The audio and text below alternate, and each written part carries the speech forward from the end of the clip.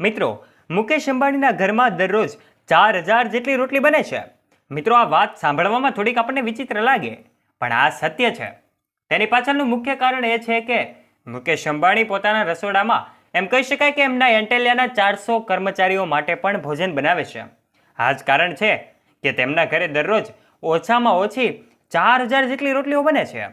હવે મિત્રો, તમને જાણીને એ પણ વિચાર આવે કે આટલી બધી રોટલીઓ કોણ બનાવતું હોય છે અને કુક એટલે કે રસોઈયા તરીકે જે કામ કરે છે એનો પગાર કેટલો હોય છે, આ એન્ટેલિયામાં કામ કરવા માટે કેવી લાયકાતો જ હોય છે. સાથે એ પણ જણાવીશું કે અંબાણી પરિવારને ભોજનમાં શું ગમે છે અને શું પસંદ છે, એટલે કે તે શું ખાય છે. જો તમે પણ જાણવા માંગો છો તો આ વિડીયોને અંત સુધી જરૂર જુઓ અને ચેનલ ઉપર નવા છો તો ચેનલને બેલ આઇકન દબાવીને અવશ્ય સબસ્ક્રાઇબ પણ કરી લેજો. વિડીયોની શરૂઆત કરીએ તે પહેલાં એક લાઇક અવશ્ય કરી દેજો. અંબાણી પરિવારના કિચનમાં આ રીતે બને છે રોટલી. મીડિયા રિપોર્ટ્સ અનુસાર અંબાણી પરિવારમાં રોટલી મશીન દ્વારા બનાવવામાં આવે છે. આ રોટલી બનાવવાનું મશીન એકસાથે હજારો રોટલી બનાવે છે. લોટ પણ આ મશીનમાં જ બંધાય છે અને રોટલીની લોહી પણ આ મશીનમાં જ કપાય છે. એમ સમજો ને કે આ મશીન તમામ કામ કરે છે, માત્ર લોટ જ નાખવાનો હોય છે, એટલે અમુક સેકન્ડની અંદર રોટલી બનીને તૈયાર થાય છે.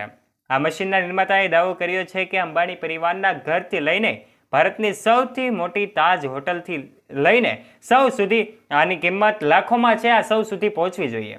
અંબાણી પરિવારમાં માત્ર તેમના માટે જ નહીં, પરંતુ તેમના ઘરમાં કામ કરતા 400 નોકરો માટે પણ હજારોથી વધુ રોટલીઓ બનાવવામાં આવે છે. લગભગ દરરોજ 1000થી વધારે રોટલીઓ બને છે.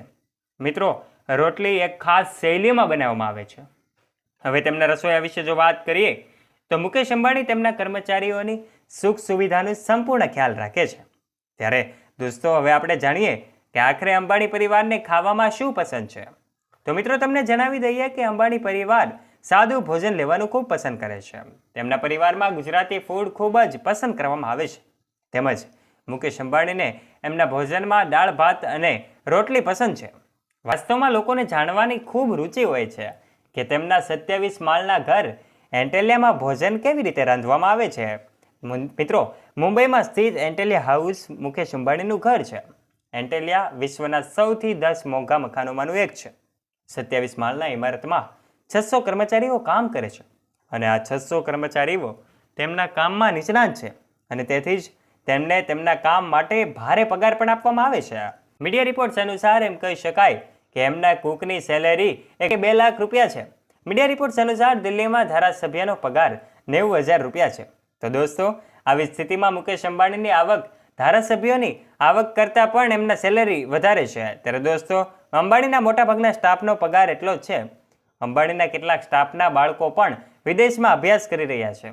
અંબાણીના સ્ટાફમાં અંબાણી એવા લોકોને પણ મદદ કરે છે જેઓ અભ્યાસમાં ખૂબ જ સારા છે. મુકેશ અંબાણીને સાદું ખાવાનું જ પસંદ છે.